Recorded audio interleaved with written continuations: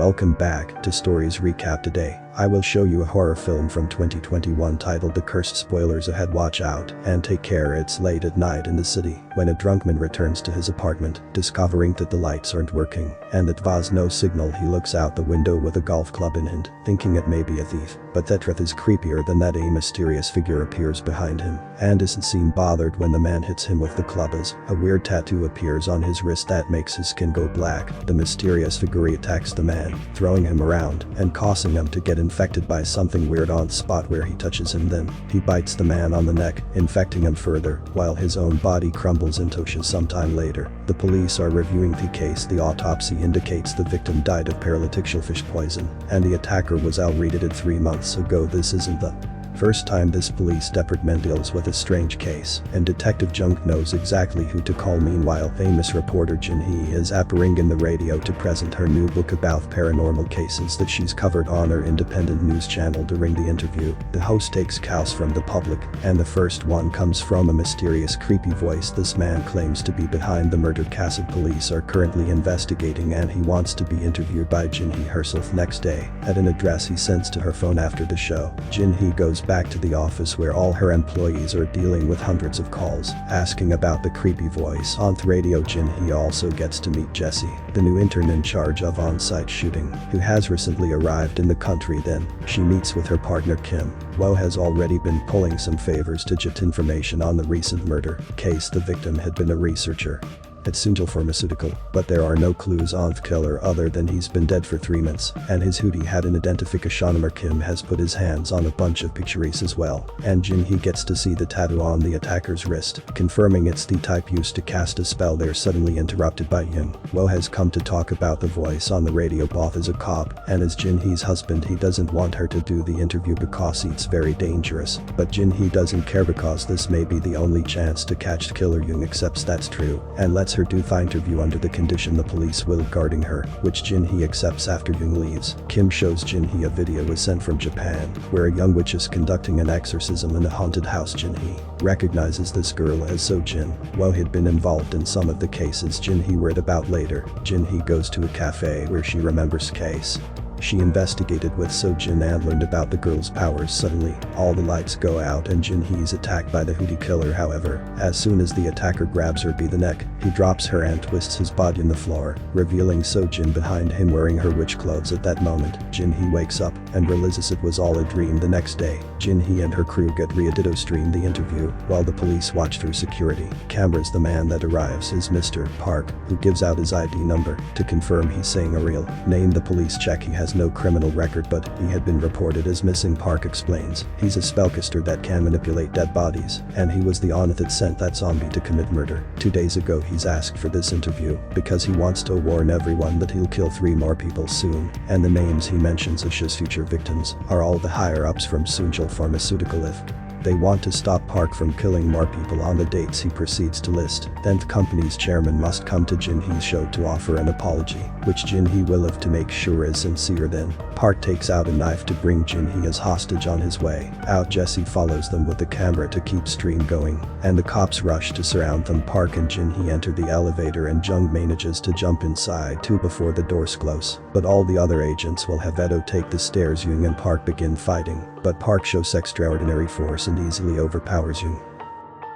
In the struggle, Jung's gun falls, so Jin Hee grabs it and shoots Park in the leg, but it doesn't bother Park at all when they make it to the ground floor. Park uses the knife again to drag Jin Hee out with him to protect himself from the cops that are now surrounding them. Suddenly, Jin Hee notices the weird tattoo appearing on Park's wrist and realizes he isn't actually the killer. The real murderer has been using it to pass on his message. Park is just another zombie that crumbles to dust on the ground. Sometime later, the board members of 200+IQ review the interview to decide what to do. 2 of the future victims are there, Director Min Sub and CEO Lee. However, Chairman Byun Soong is at his villa recuperating from his blood sugar problem, so his daughter Mi Young is speaking for him. Min Sub is panicking because he was the first on the list, but Mi Young refuses to call her father to avoid making his health worse. An argument ensues that is interrupted by Lee, who finally speaks up by saying they need to let the cops do their job and the company will assign plenty of bodyguards to Min-sub to keep him safe after the meeting is over. Jung and his partner Kang ask Lee and Mi-young some questions. Mi-young explains that Park used to be the leader of the new R&D team, but he suddenly disappeared without doing the project handover. Kang points out that when Park's family reported him missing, they said he never came back from work, but Mi-young can't help them there. Park used to work at an old company building that is now abandoned, so they don't have any records of his last day on the job. Jung asks Lee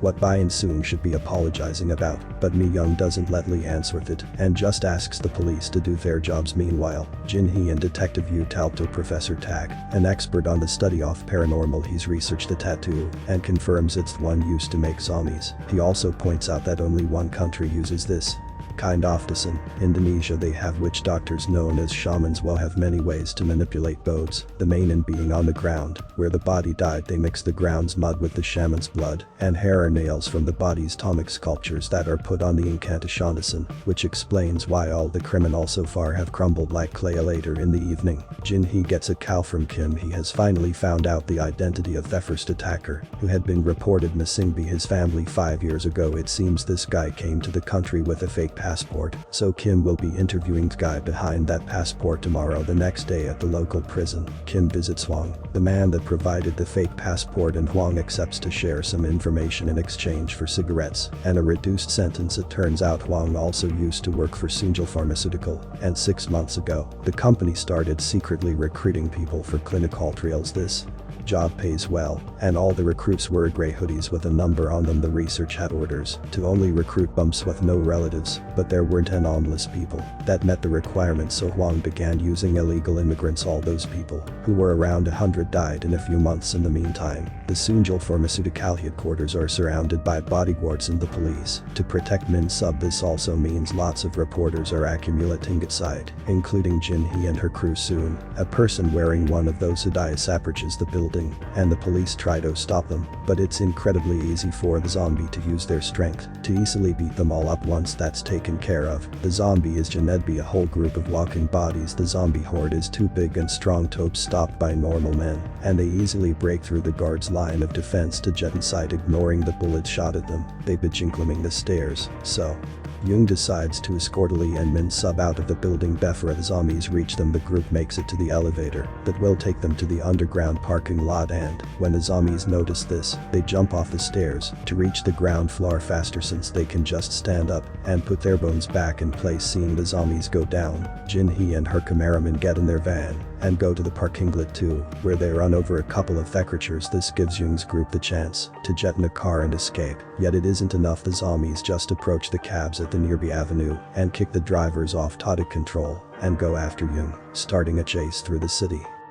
Jin-hee follows them as well, so they can keep recording the whole thing for their stream. After lots of twists and turns, the cabs manage to surround Jung's car, and the zombies jump in it to try to attack the passengers. Jung's car eventually comes to a stop outside a tunnel, and the zombies waste no time in dragging Min-sub out to kill him. Lee is spared for now, but in the struggle Jung was scratched, and he's now infected. Once the hunt is done, all the zombies crumble into dust. Jung is taken to the hospital and put into quarantine, so Jin-hee can only watch him from afar. In the evening, a terrified Lee visits Bae-in-soon to ask him to apologize, so this massacre can be over. However, Bae-in-soon doesn't regret doing what considers necessary experiments and decides she'll talk to his daughter first before rushing into an apology, because she's the future of company. Giving up, Lee leaves, bumping into Mi-young. In his way out, Lee takes the chance to point out that Mi-young had been the head of that awful trial Thatch pushed for to get more money after decades of the company only making medicine to help people, which has always been his and Bae-in-soon's dream. However, Mi-young says that's how cowards talk, and that there's no room for dreams in her company. At the office, Jin-hee, Kim, and the detectives call Tak to discuss what happened. He saw the stream and noticed that the zombies couldn't move if they lost their hands, meaning tattoo is their weakness. The doctors have said they can't find a cure for Jung, but Tak assures them it's not poison he's being affected by the curse to save him. They'll have to stop the shaman after Tak hangs up. Kim shares all the information got from Huang, including the fact that a month after all the recruits died, a strange Indonesian man came to see Huang. He said his family was working in the company, so Huang sent him to see Park to get him. Office back. Huang also described this man's clothes as similar to a Taoist priest, which means he must be the shaman. The group's conversations interrupted by the arrival of Lee, who wants to confess what happened on camera. The project had been an idea from their American investors. The plan was to develop a special poison to use in chemical weapons. He admits the company abused the poor and homeless, so he's brought a bunch of related documents for the detectives, including a list of the recruits before leaving.